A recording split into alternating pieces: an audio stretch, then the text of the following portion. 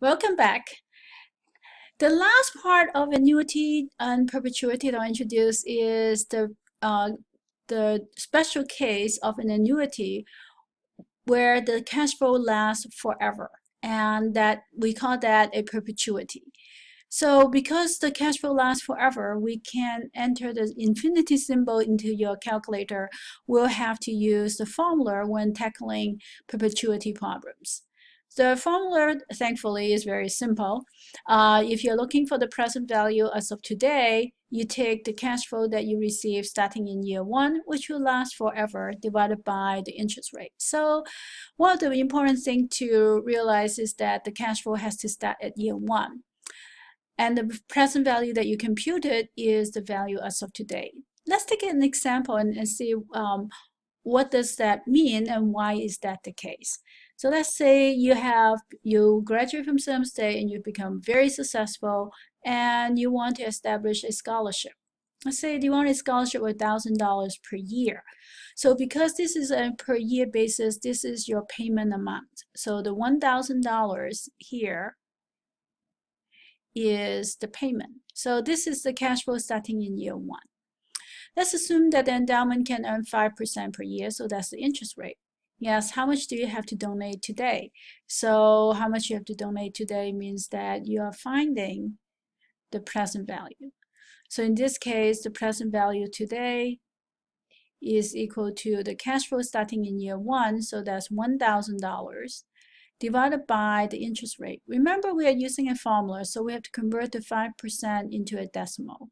So divided by 0.05, and that turns out to be $20,000 today.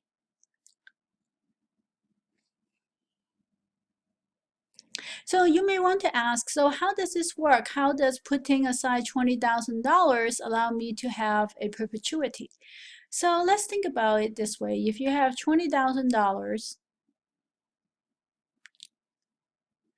if you have $20,000 and you earn 5%, that means you'll get $1,000 in interest per year.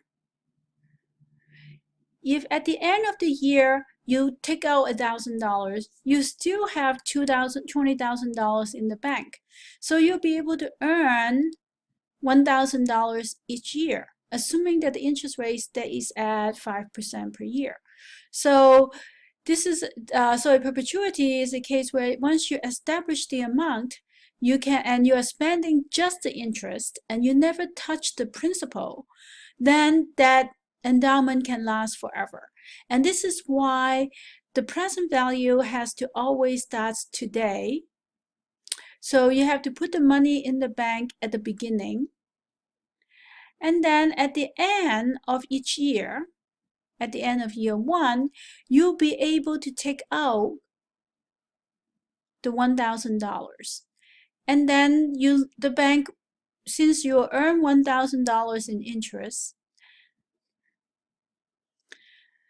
but you're taking out $1,000 to give out a scholarship. So at the end of year one, you will still have $20,000 left. You can continue this in year two. Once again, at year two, since your interest rate is 5%, so remember that an interest rate of 5% that allows you to earn another $1,000 worth of interest, and you're going to take out another $1,000 to give out a scholarship, and of course, you still have $20,000 left, and you can keep going forever and ever.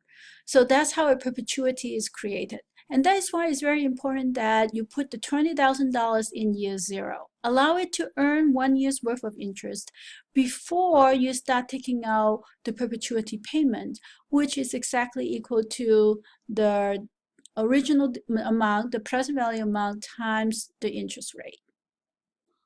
Next, take a look at a problem that combines different types of cash flow. So you have learned single cash flow, the lump sum, multiple cash flow, annuities, annuity deals, and perpetuities.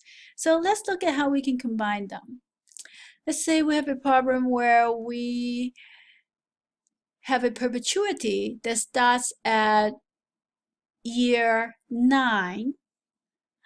Actually, the perpetuity starts in year 15, and you want to find out the value of that perpetuity as of year 9. So the best way to solve this problem is to draw this on a timeline.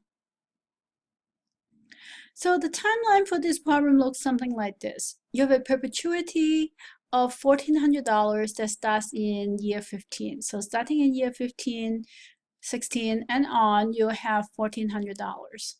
The interest rate that's relevant to this entire investment is 5.45%.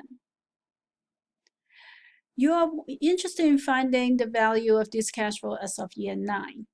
Now, there's no direct way to find that because we have a perpetuity. And we know that for a perpetuity, we can find the present value.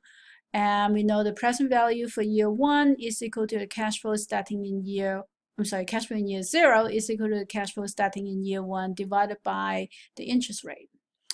The difference here is that we don't have a cash flow that starts in year 1, but rather we have a cash flow that starts in year 15. So instead of year 1, we have year 15. So if we start taking out money, think of perpetuity as money that you're withdrawing. If we start taking out money in year 15, that means we must deposit the money into the bank in year 14 so that it can start earning interest. Remember, the way we create perpetuity is we put the money in the bank, let it earn interest for 1 year, and then we start taking money out.